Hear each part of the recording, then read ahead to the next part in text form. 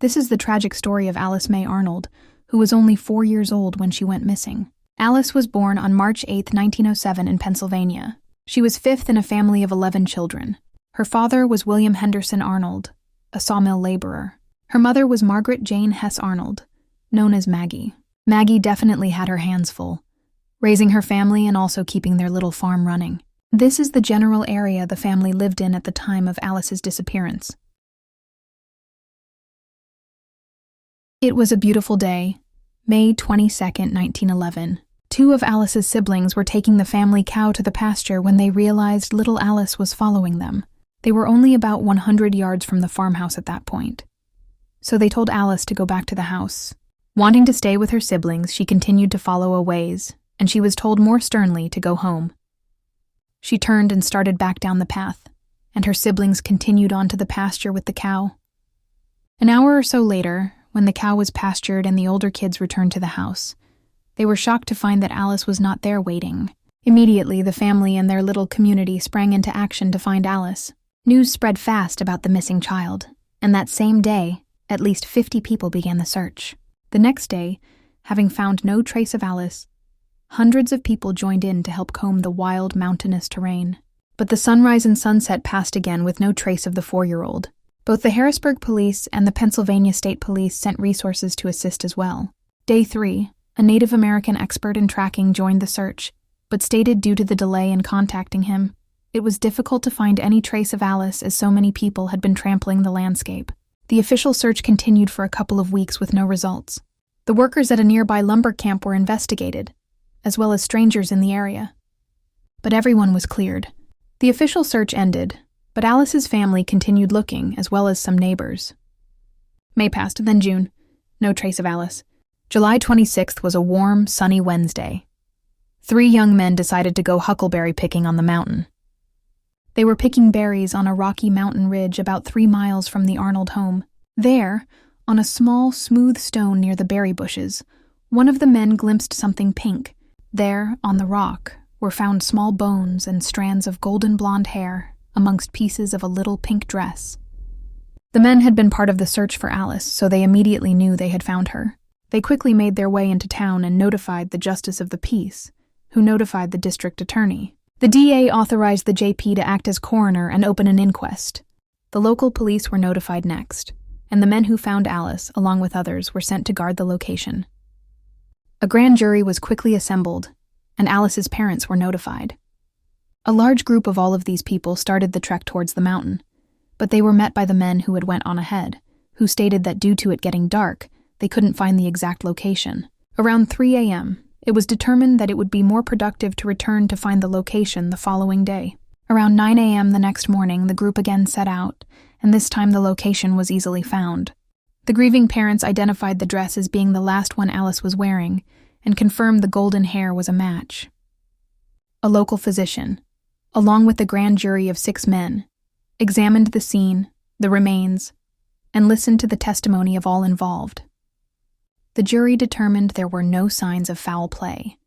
The cause of Alice's death was listed to be want of food, thirst, and exposure. After the inquest was completed, Alice's remains were placed in a little box and buried the following day.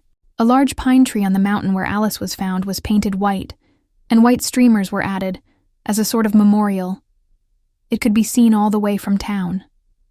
But sadly, Alice's grave is unmarked in the cemetery where she sleeps alongside her parents and some of her siblings. My personal goal is to be able to place a marker for Alice someday. A local journalist, a young man named John Hutchinson, was only 26 when Alice died. The event impacted him greatly, and he wrote a beautiful poem about Alice. It's quite long, but I'd like to share it with you. Alice Arnold's Fate, written by J.L. Hutchinson in 1911. At the base of the Tuscarora Mountain of historic fame, where the rays of fair aurora put the morning stars to shame, there in a wild romantic spot, where beasts of prey and leisure roam, upon a little cultured plot, stands the famous Arnold home, the home from which Alice strolled. On the morn of that fateful day, she was young, but 4 years old, at the time she went away. It was a beautiful morn in May, when the flowers were fair in bloom, and the birds were singing so gay, as though the earth was void of gloom. She started to follow to the field, when her mates took out the cow, but they objected. She had to yield, for they would not allow. And when they took the cow to pasture, and her brother made her yield, that was the first of her disaster. By that turn her fate was sealed. And disappointed, she started home, but took instead a woodsman's road that led her farther from her home and to her last abode. When it was found the child was missed, the news spread wild, like flame.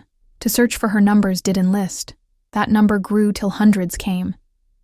What an awful thing to realize, that a little child is lost, none to heed her sad and wailing cries, out in the lonely forest. The mother called and called again. She called her by her name. She called but called in vain. No response from Alice came. They hunted over miles of ground and searched broad acres o'er, until the star of hope went down, and they could search no more.